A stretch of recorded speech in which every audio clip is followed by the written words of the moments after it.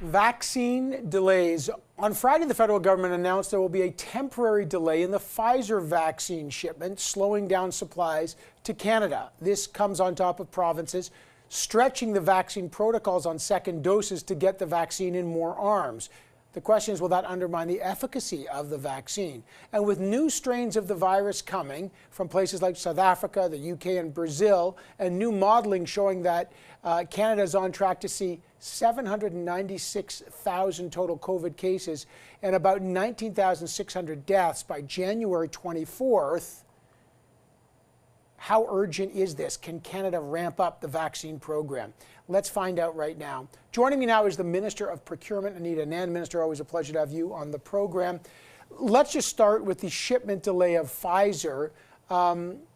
We hear now that the impact will be a reduction of 50% of the shipments, according to General Fortin. Will this impact the goal of getting 6 million doses and 3 million Canadians vaccinated by the end of March, as you've talked about? Well, thanks for having me on, Evan. It's great to see you. The disruption will occur over the next 4 weeks. The average reduction will be about 50% of expected deliveries. Production will increase in late February and March to offset the impact of the production dip. There will be a minimal impact next week, but the most profound impact will be the week of January 25th.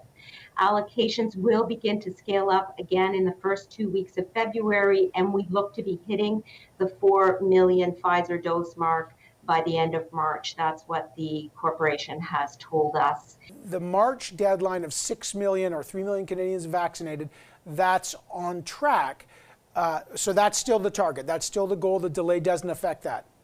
I want to say yes to the question and also to take you back to our original procurement approach back in August when we were signing contracts with 7 vaccine manufacturers. We knew that there could be disruptions in the supply chain of the sort that we are seeing today with Pfizer. As a result, we said we cannot put all our eggs in one basket. We must diversify so that we have multiple options on the table for Canadians. Because of these unexpected delays, in retrospect, was it a mistake not to pick up that 16 million extra doses of Moderna that Canada turned down as a hedge against either shipment issues or as a hedge against the fact that we've got new variants of this virus in South Africa, Brazil, and the UK that may mean we got to get more people done quickly? Evan, I want to be 100% clear. Those 16 million doses would not have arrived prior to the end of September 21. On the other hand, the options that we did exercise, 20 million of Moderna, 20 million of Pfizer, to make us in a position of having 40 million of each supplier, will be in place so that we can meet our goal of having all Canadians inoculated by the end of September 2021. Canada won't hit what General Fortin called the ramp-up stage until April. We're frankly way behind the U.S. So what do you tell Canadians who are looking south? Some of them are even flying to the U.S. to get the vaccine quicker, and say we're falling behind. Our supply at the critical months of January, February, March, when the virus is killing people, is just way too small, way too little. What do you tell Canadians? Well, I would like to say that we are on track. Our plan has not changed. This slight dip in production from Pfizer is going to allow us still to remain on track for the end of March.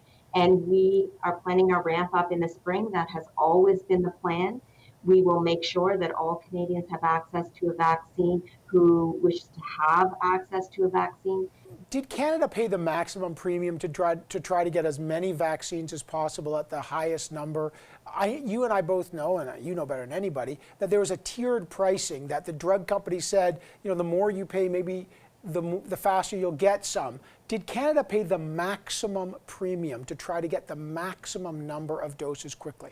We put everything on the table when we were negotiating with these vaccine manufacturers, price as well as everything else, and we will make sure that all Canadians have access to a vaccine. We negotiated with Fortitude, and that is the reason why we have the most diverse portfolio of vaccines of any country in the world. It's a testament to the fortitude and the strength of Canada as a nation at the bargaining table.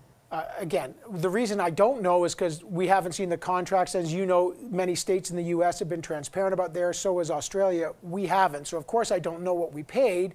But I'm not talking about diversity. I'm talking about premium to get them quickly.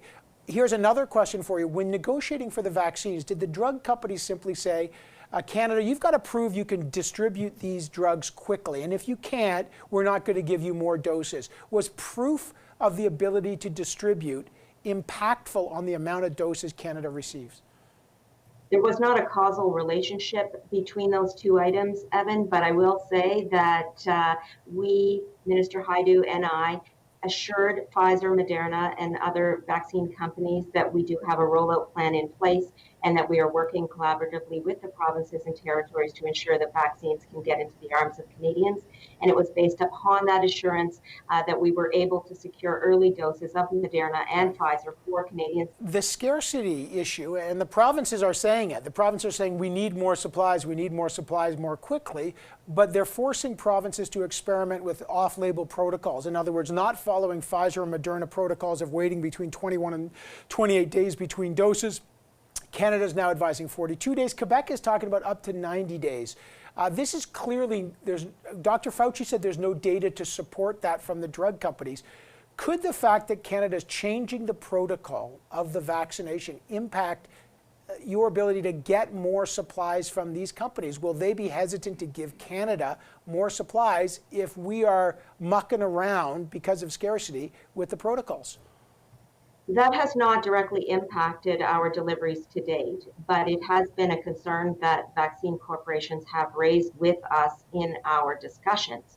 That is, that their vaccines and the protocols are based on the clinical data that they found from their clinical trials, and that's what their recommendations are. Have they particularly pressed about, what about 90 days? That's Quebec's waiting up to 90 days. Is that a concern for you now as you're desperately trying to get more doses for Canada, that the drug companies are going to push back? The drug companies have mentioned this in our negotiations, but the fact that there is some other recommendations coming forward in Canada and other practices have not to date impacted our deliveries or our procurements, but it is still a recommendation from the manufacturers that we are hearing at the table. Minister Anita Anand, always a pleasure to have you on the program. I really appreciate it. Thank you so much. Thank you so much, Evan. Take good care.